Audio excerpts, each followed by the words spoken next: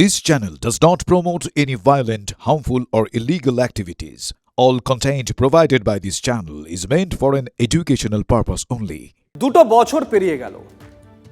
আরজি করে ডাক্তারের খুন ধর্ষণ কাণ্ডে উত্তাল হয়েছিল গোটা বাংলা।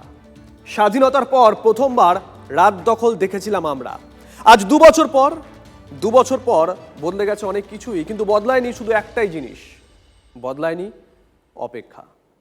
বিচারের অপেক্ষায় আজও অপ্রকাশিত থেকে গেছে তিলোত্তমার চিঠি। আজ বেঁচে থাকলে যে চিঠি লিখতেই পারত আমাদের গর্বের তিলোত্তমা, কেমন হতে পারত তা সেই চিঠি খোঁজ নিয়েছি আমরা TV9 বাংলা। ব্রেকফাস্ট করতে প্রায় দুপুর হয়ে গেল। আজ খেতে খেতে লিখছি, তোমরা ভালো আছো তো? খাওয়া দাওয়া ঠিকঠাক করছো নিশ্চয়ই? আমি এই সপ্তাহে আর বাড়ি যেতে পারলাম না, এত পেশেন্টের চাপ। জানোই তো দিন দিন চেস্ট মেডিসিনের রোগীদের সংখ্যা বেড়েই চলেছে। জানো, কাল আউটডোরে আমার বয়সেরই একটা মেয়ে এসেছিল, বাবা মায়ের একমাত্র ভরসা। ফুসফুসের সমস্যায় ভুগছে। বাড়িতে থাকা ওর বাবা মায়ের কথা শুনছিলাম ওর থেকে।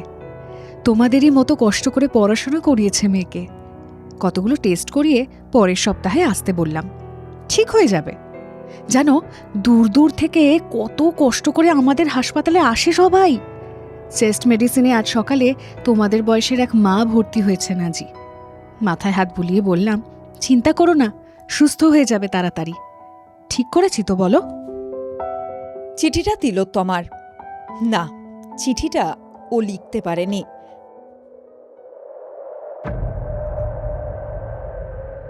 বেঁচে থাকলে হয়তো আজ এটাই লিখত। তিলোত্তমা, খুন ধর্ষণের 2 বছর পার।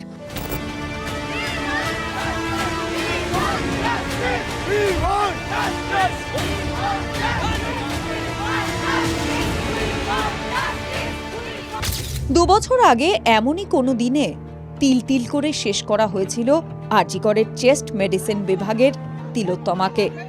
সেদিন প্রথম খবরটা এসেছিল আর 5টা খবরের মতো করেই।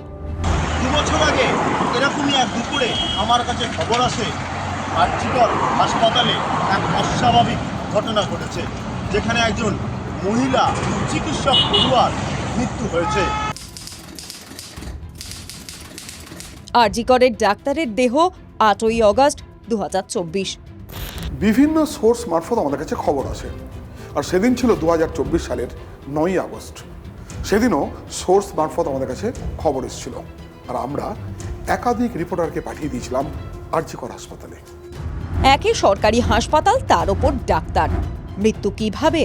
9ই আগস্ট দিনটা ছিল প্রাক্তন মুখ্যমন্ত্রী বুদ্ধদেব ভট্টাচার্যের প্রয়াণের দ্বিতীয় দিন, আর সেই দিন তার দেহদান এবং তার প্রয়াণ নিয়েই গোটা রাজ্যবাসীর নজর খবরে। আর আমরা পড়েছিলাম আরজি করের খবরের পিছনে। তখনও স্পষ্ট ছিল না ইঙ্গিত যে এই খবরের অভিঘাত কতটা হতে পারে। তখনও এক বর্ণও চাউর হয়নি খবরটা, কিন্তু শুরুতেই বোঝা গেছিল বড় কিছু একটা হতে চলেছে। ধাপে ধাপে আমাদের প্রতিনিধিরা কি ঘটেছে সেই ঘটনাগুলো ক্রমশ জেনে আমরা পর TV9 বাংলায় ব্রেক করতে থাকি। আরজি করে কি ঘটনা ঘটেছে। প্রথম TV9 নেটওয়ার্ক আর এই TV9 বাংলায় দেশের দর্শকদের কাছে তুলে ধরেছিল আরজি করের এই ঘটনা। একদিকে ঘটনা লুকোনোর চেষ্টা, আর একদিকে একের পর এক ধোঁয়াশা ভরা তথ্য। সত্য কি চাপা হচ্ছে? সরকারি হাসপাতালে ঘটে যাওয়া নৃশংস কোনো ঘটনার ধামাচাপা দেওয়া সহজ হয়নি শেষ পর্যন্ত।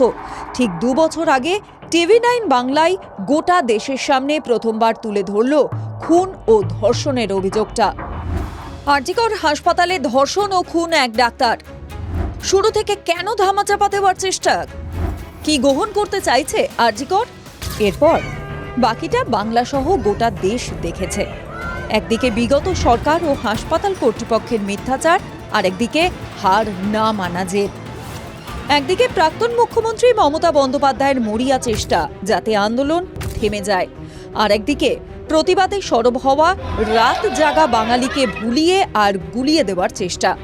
কখনো হার মেনে নিয়ে সরকার পুলিশ কমিশনারকে সরিয়েছে, আবার কখনো আন্দোলনরত জুনিয়র ডাক্তারদের প্রশাসনিক হেনস্থার মুখে ফেলা হয়েছে। আইন, আদালত, সিবিআই, পুলিশ সব হয়েছে আদালতের নির্দেশে যাবজ্জীবন শাস্তিও।